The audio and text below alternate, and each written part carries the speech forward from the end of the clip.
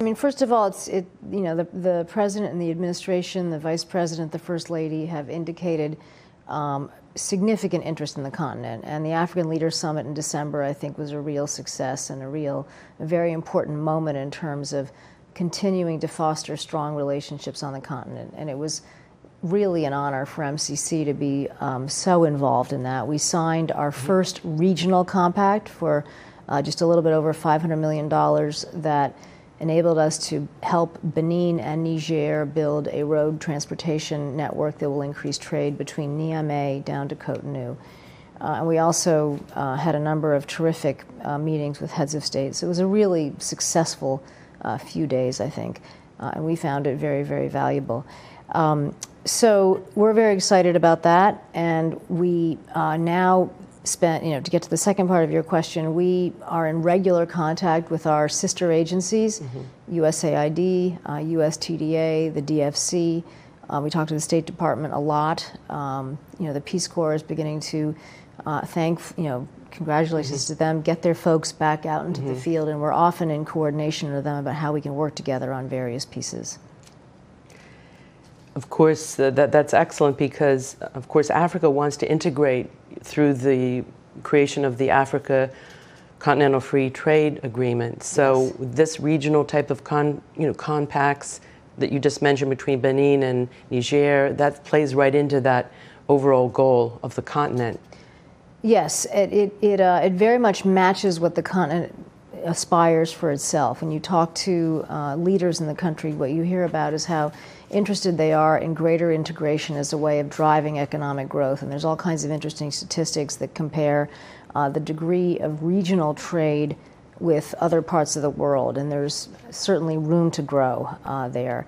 So this authority, just by way of background, we got this authority in 2018. It is a difficult authority to use because each of the countries that are involved in a regional compact have to stay eligible to work with MCC. And then the project itself has to be itself eligible according to our various measures. So Benin and Niger was the first one, and we're now looking forward to getting on with it in terms of the implementation. We are also working on a regional power integration compact that will be essentially situated in the Côte d'Ivoire, and it will map the geographic footprint of the West African power pool and will help bring greater investment to it's in the early stages, but is likely to bring more investment to that power network, which is essential to the overall power availability in that part of the continent.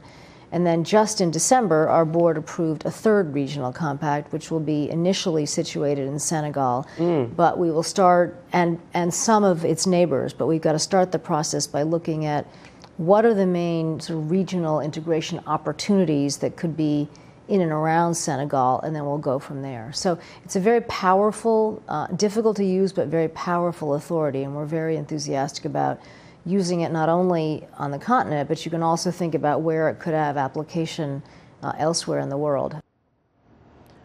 Albright was recently in the West African nation of Sierra Leone to assess the country's energy network. In Sierra Leone last week. That country, through working with them, we've come to realize that it is in major need of upgrade to its electricity network. There's a significant part of the country that does not have any reach of electricity. They also have a very fragmented generation capacity. It's very heavily reliant on diesel right now. Their transmission and distribution lines are very inadequate relative to where the population lives. And so the impact of that, and I was in a village talking to community members about what is the impact on their life of not having electricity. They're not able to get their businesses off the ground. The children are not able to do their homework at night. Babies are being delivered in some cases by flashlights.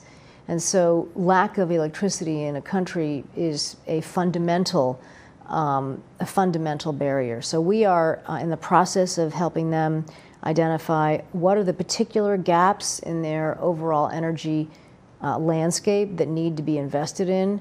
We're really studying those carefully with the government, and then as we proceed, we will probably invest a significant amount of money to help them upgrade their energy network.